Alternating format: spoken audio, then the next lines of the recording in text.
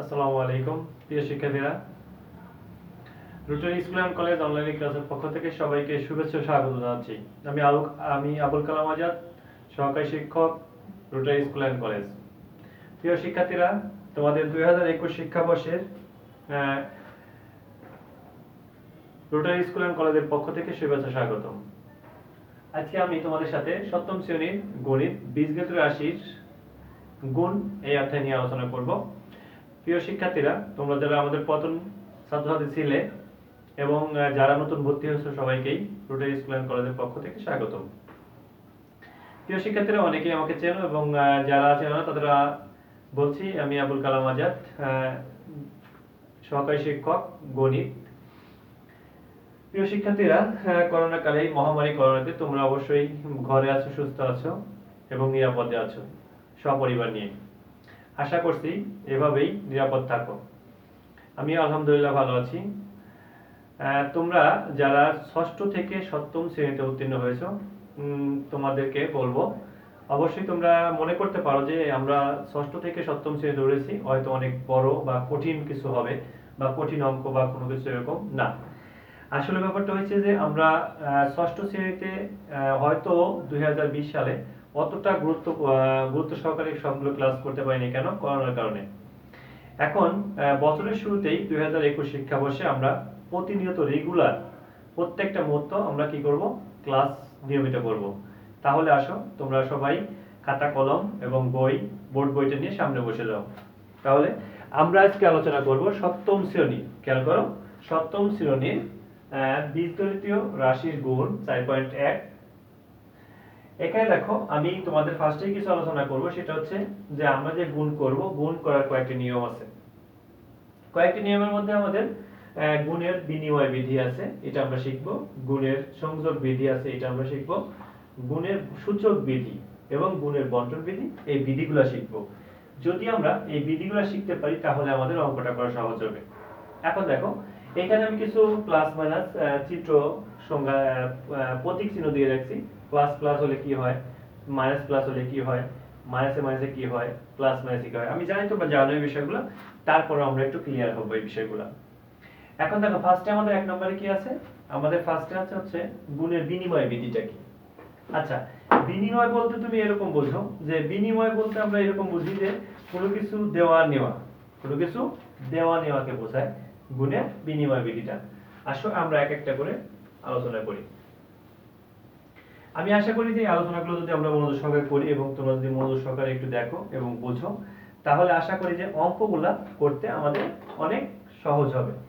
তাহলে দেখো, বিনিময় বলতে আমি কি বুঝি? আমরা জানি, যেমন আমরা জানি যে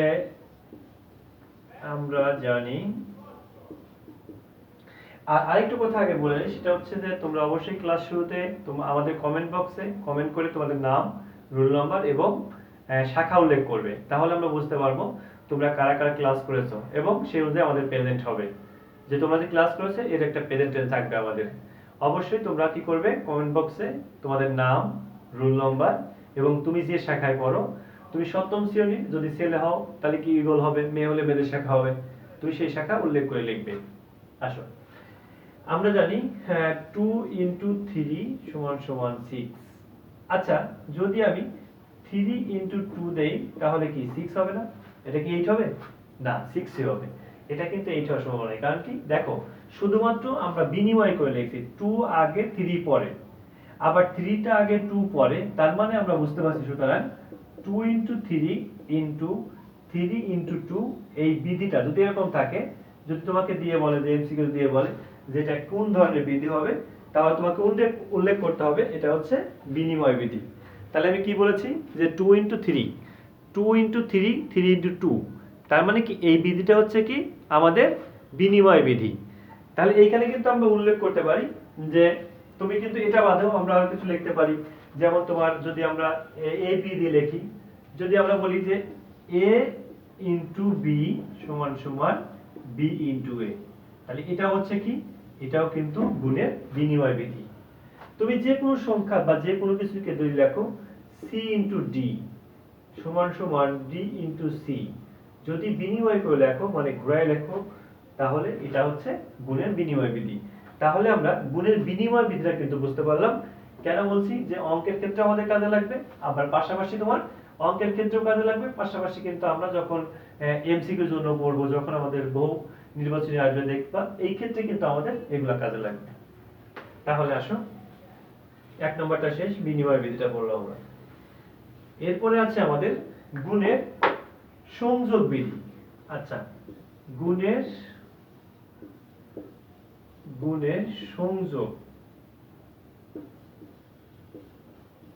সংযোগ বিধি।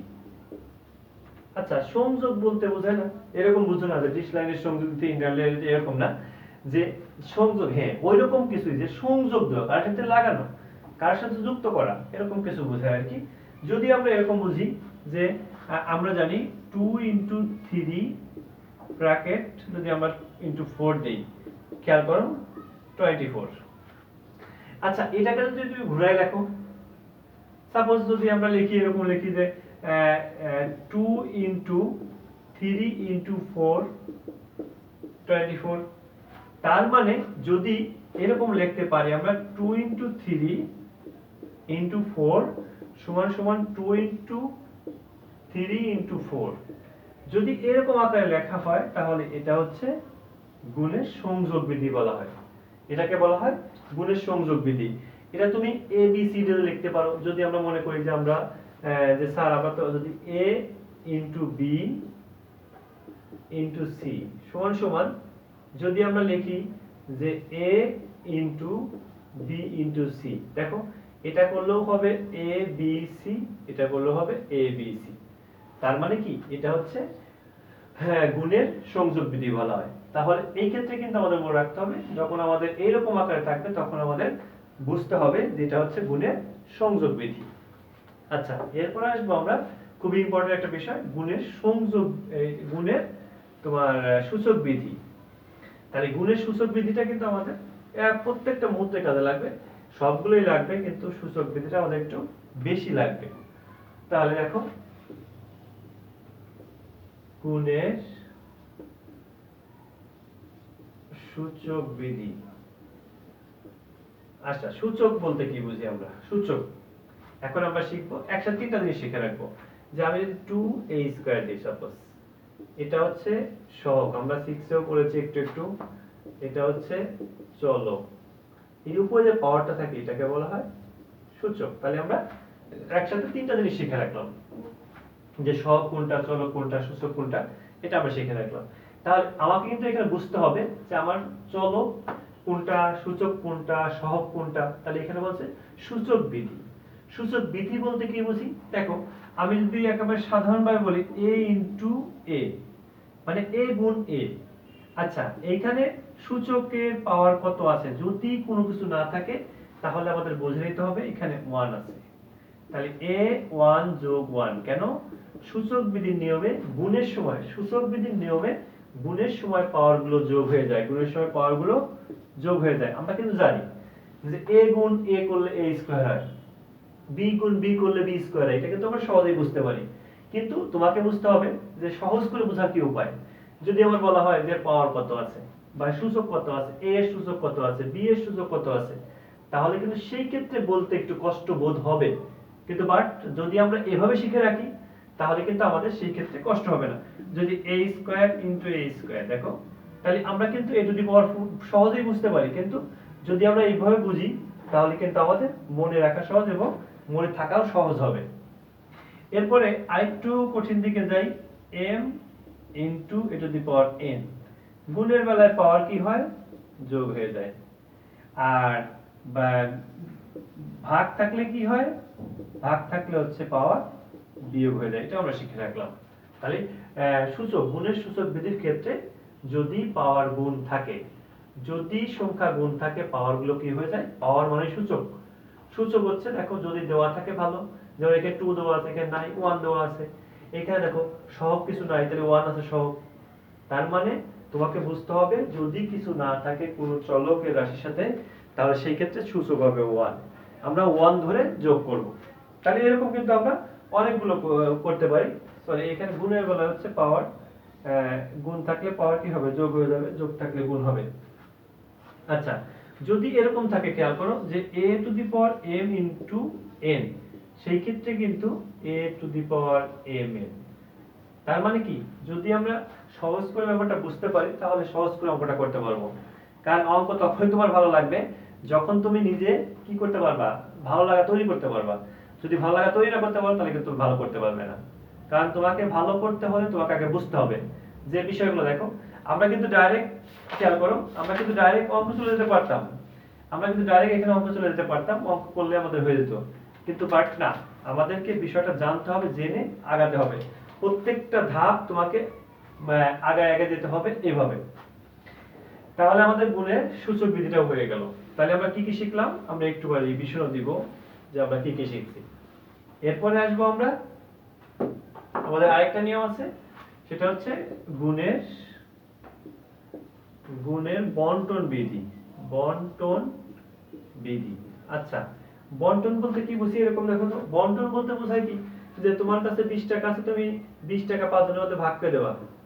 তাহলে 4 যোগ 4 যোগ 4 যোগ 4 যোগ 4, তার মানে কি 4 টাকা একজনকে দিলে, তুই ভাগ করে দিলে। এই যে ভাগ করে দিলে, এটাকেই বলা হয় বন্টন করা। তাহলে এই বন্টন বিধিটা আমরা কিভাবে লিখতে পারি খেয়াল করে একটু। আচ্ছা, যদি আমরা এরকম লিখি যে 2a প্লাস b, আচ্ছা এটাকে যদি আমরা লিখি a plus b, a plus b plus a plus b, দেখো তো। আবার যদি লিখি যে 2x সমান সমান x প্লাস x, মানে 2x ছিল, এটাকে ভেঙে দুটো করে দিলাম। আবার যদি আমি সংখ্যায় দেখাই একটা, যে 200 টাকা আমি 5 জনের মধ্যে ভাগ করে দেবো, 40 যোগ 40 যোগ 40 যোগ 40 যোগ 40। তার মানে কি, আমি কিন্তু সুন্দর করে বন্টন করতে পারি যদি কোনো সংখ্যা থাকে এরকম। তাহলে যদি এইরকম আকারে থাকে তাহলে আমাদের বুঝতে হবে, এই বিধিটা দেখে বুঝতে হবে এটা হচ্ছে বন্টন বিধি। তাহলে আমি আশা করি যে আমরা যে 4টা বিধি শিখলাম, এই 4টা বিধি আমরা মনে রাখতে পারবো। এটা আমাদের অঙ্কের জন্য কাজে লাগবে, এমসিকিউর জন্য কাজে লাগবে।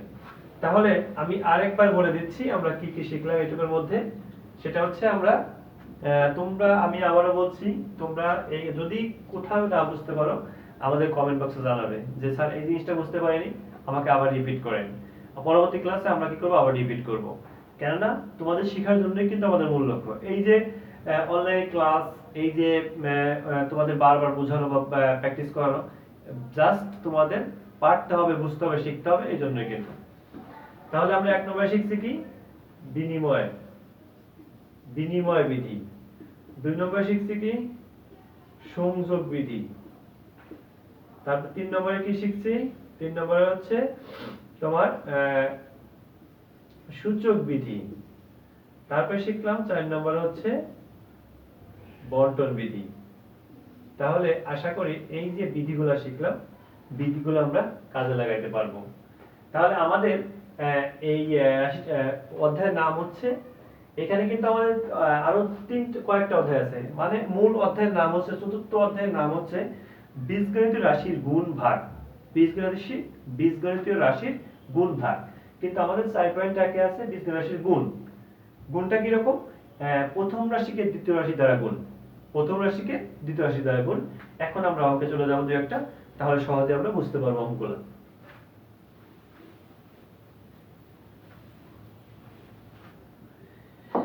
আমাদের দেখো অধ্যায় প্রথমেই আছে যে প্রথম রাশিকে দ্বিতীয় রাশি দ্বারা গুণ। আচ্ছা, যদি গুণ থাকে আমরা একটা করে দেখো, আমি সহজ করে বোঝা দিচ্ছি, তোমরা অবশ্যই এখানে সহজ করে করলেই পারবে। 3ab, আমাদের 1 নম্বর অঙ্কটা আছে 3ab ইনটু 4aq, 4aq। আচ্ছা, একেবারে মনোযোগ সহকারে খেয়াল করতে হবে সবাইকে। দেখো এখানে যদি আমি লিখি যে 3 ইনটু 4, 3 ইনটু 4, সবগুলো একসাথে করব। এর সাথে a গুণ করব, b এর সাথে b গুণ করব, c এর সাথে c গুণ করব, x এর সাথে x গুণ করব, মানে যার সাথে যেটা থাকবে তার সাথে সেটা আমরা গুণ করব। তাহলে সহজেই কিন্তু আমাদের অঙ্কটা হয়ে যাবে। দেখো এইখানে তাহলে a এর সাথে যদি a গুণ করি, তাহলে a গুণ a টু দি পাওয়ার 3, দেখো গুণ b। তাহলে আমরা কিন্তু নিয়ম শিখে আসছি, সহগগুলা গুণ করলে 3 6 কত হয় 12 হয়। দেখো এখানে মনে মনে কত আছে 1 আছে, গুণের বেলায় পাওয়ার সূচকের পাওয়ার কি হয় যোগ হয়ে যায়, তাহলে a two the power 4, b একটা আছে একটাই থাকবে, তাহলে এটাই আমাদের অ্যানসার হয়ে গেল। তাহলে আমরা দেখো যে বিধিগুলো শিখলাম বিধিগুলো কাজে লাগছে কিনা, তাহলে এখানে কিন্তু প্রত্যেকটা বিধি কাজে লাগবে, তোমরা ওগুলো তুলে নেবে অবশ্যই, যে এখানে আমাদের বিধিগুলো প্রত্যেকটা কাজে লাগবে এবং প্রত্যেকটাই কিন্তু নিয়মতান্ত্রিকভাবে করতে হবে। তাহলে এখানে আমরা কি করেছি যে সহগগুলা গুণ করেছি, আগে সহগগুলা গুণ করছি, দেখো সহগগুলা গুণ করছি, তারপর সহগের পাশাপাশি কিন্তু আমরা কি করছি, তারপরে যে রাশিগুলোর সাথে আছে a b c d যেগুলো থাকবে না আমরা এখন আমি কিন্তু একবারও করতে পারি, তুমি যদি মনে করো যে আমি বুঝে গেছি স্যার আমি এখন পারবো, তাহলে কিন্তু এই এটা 3 4 12, a 1 এখানে 1 আছে, এখানে 3 আছে, তাহলে 4, b কয়টা আছে একটা, ঠিক আছে বসে যাবে এইভাবে। তুমি যত নিয়মতান্ত্রিকভাবে সহজে করতে পারো সেটা করতে পারবে। দেখো আমরা 2 নম্বরটা করি, আর যে একটা করলে তুমি আস্তে আস্তে ক্লিয়ার হয়ে যাবে। এরপর দেখো 2 নম্বর আছে 5x 6az, 5xy into 6az। আচ্ছা এই ক্ষেত্রে দেখো খেয়াল করো, যদি কোন রাশিতে কোন রাশি মিল না থাকে তাহলে 5 into 6 into দেখো x y a z, তার মানে কি কোনো মিল নেই, তার মানে সবগুলোই বসে যাবে একটা একটা করে, তার মানে একটু সাদা লিখতে পারো a z x y, এটাই হচ্ছে আমাদের অ্যানসার। দেখো তার মানে কি আমরা যে শিখে আসলাম, এই যে সূচকের যে নিয়মগুলো শিখে আসলাম, নিয়মগুলো কিন্তু আমরা এখানে প্রয়োগ করতে পারি। তোমরা খাতায় তুলে নেবে অঙ্কগুলো, প্রত্যেকটা অঙ্ক তুলবে খাতায়, এবং তোমরা খাতায় কি করবে নোট খাতায় বানাবে, নোট করলে কি হবে পরবর্তীতে তুমি যখন করবে আবার যখন একটু না বুঝবে না পারবে তখন তুমি একবার দেখলেই তোমার মনে পড়ে যাবে। তাহলে দেখো আমরা আরেকটা করি, তোমাদেরকেও করতে দিব, তোমাদের হোম প্র্যাকটিস দিব যেগুলো তোমরা বাসায় প্র্যাকটিস করবে। দেখো 3 নম্বর 5a square x square into 3a x square sorry x two the power 5y। দেখো এখানে খেয়াল করো যে আমাদের কিন্তু এখানে এখানে আমি ভেঙেও করতে পারি আর ডাইরেক্ট করতে পারি, আমি ভেঙেই করব তোমাদের জন্য।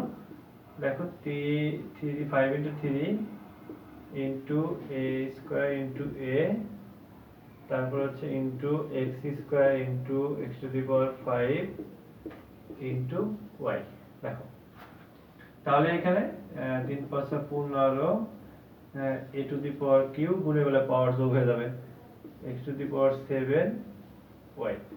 দেখো কত সহজেই কিন্তু আমরা ওগুলো করতে পারি যদি আমরা আগে এই সূচকের নিয়মগুলো, দেখো এখানে কত আছে 2 আছে, এখানে কত আছে 1 আছে, তাই 2 আর 1 যোগ করলে কত হয় 7 হয়, 3 হয়, তাই এখানে 2 আছে এখানে 5 আছে, তাহলে যোগ করলে কত হবে 7 হবে, y একটা আছে একটা বসে যাবে।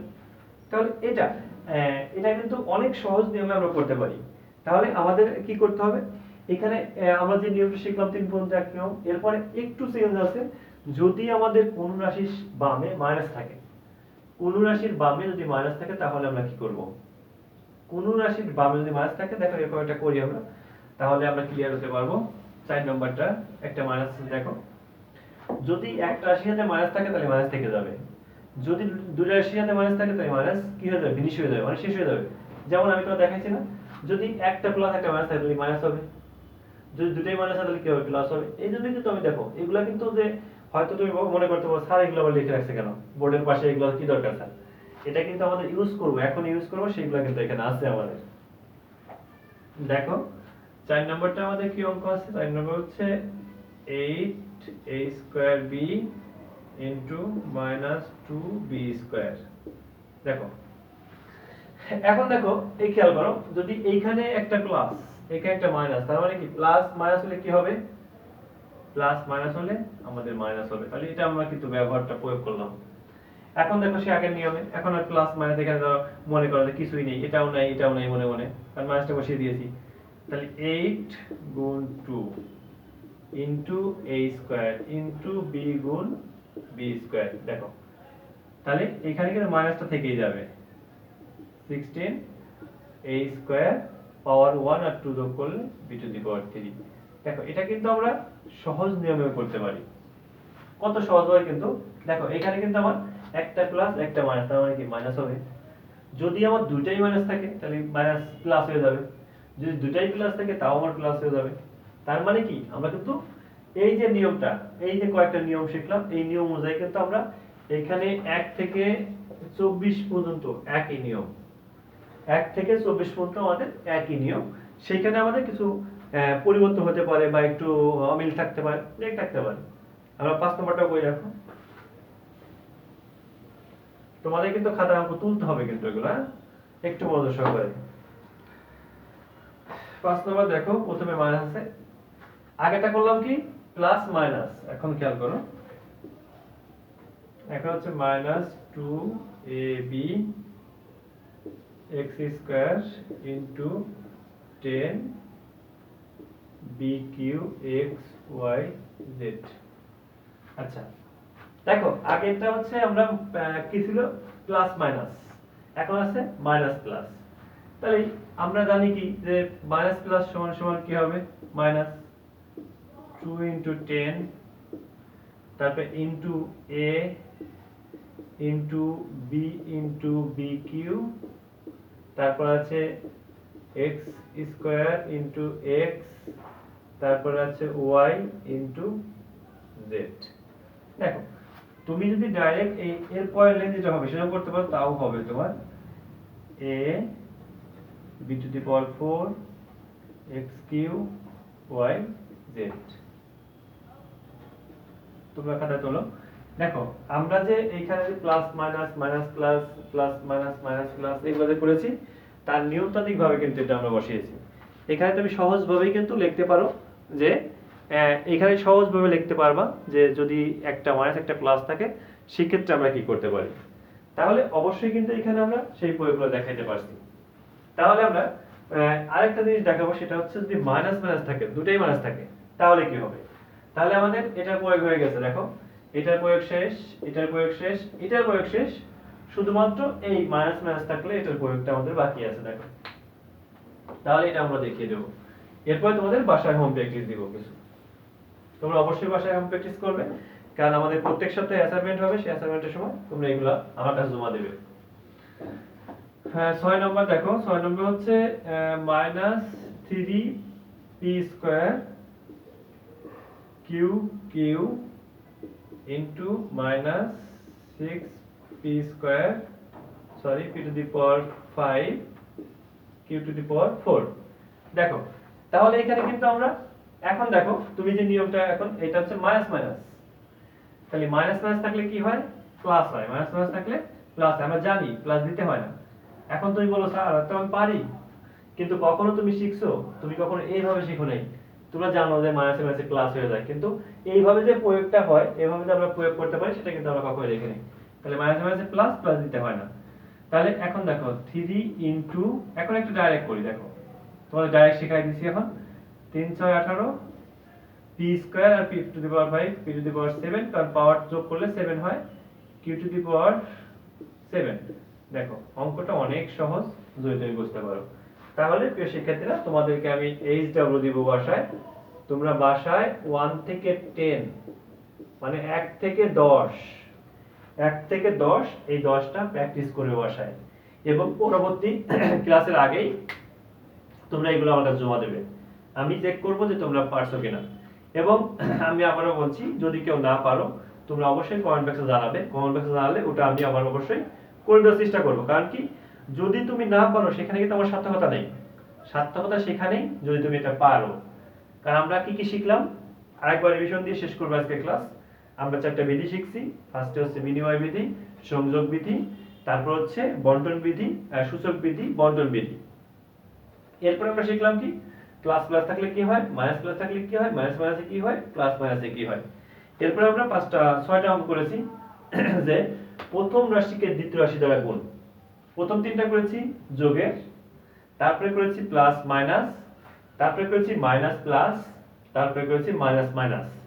তার মানে আমরা যে কয়টা বিষয় শিখলাম আশা করি এই বিষয়গুলো তুমি বাসায় আবারও প্র্যাকটিস করবে। তাহলে প্রিয় শিক্ষার্থীরা ইনশাআল্লাহ আমরা এর পরবর্তী এই 10 এর পর থেকে আমি শুরু করব। তোমরা যদি বলো যে না স্যার সমস্যা নেই, তাহলে আমরা 10 থেকে আর 10-এর পর থেকে ইনশাআল্লাহ আগামী ক্লাস শুরু করব। তাহলে নিয়মিত বসায় পড়াশোনা করো এবং ভালো থাকো, নিজের সুস্বাস্থ্য অবস্থায় থাকো এবং নিরাপদ থাকো। আল্লাহ হাফেজ।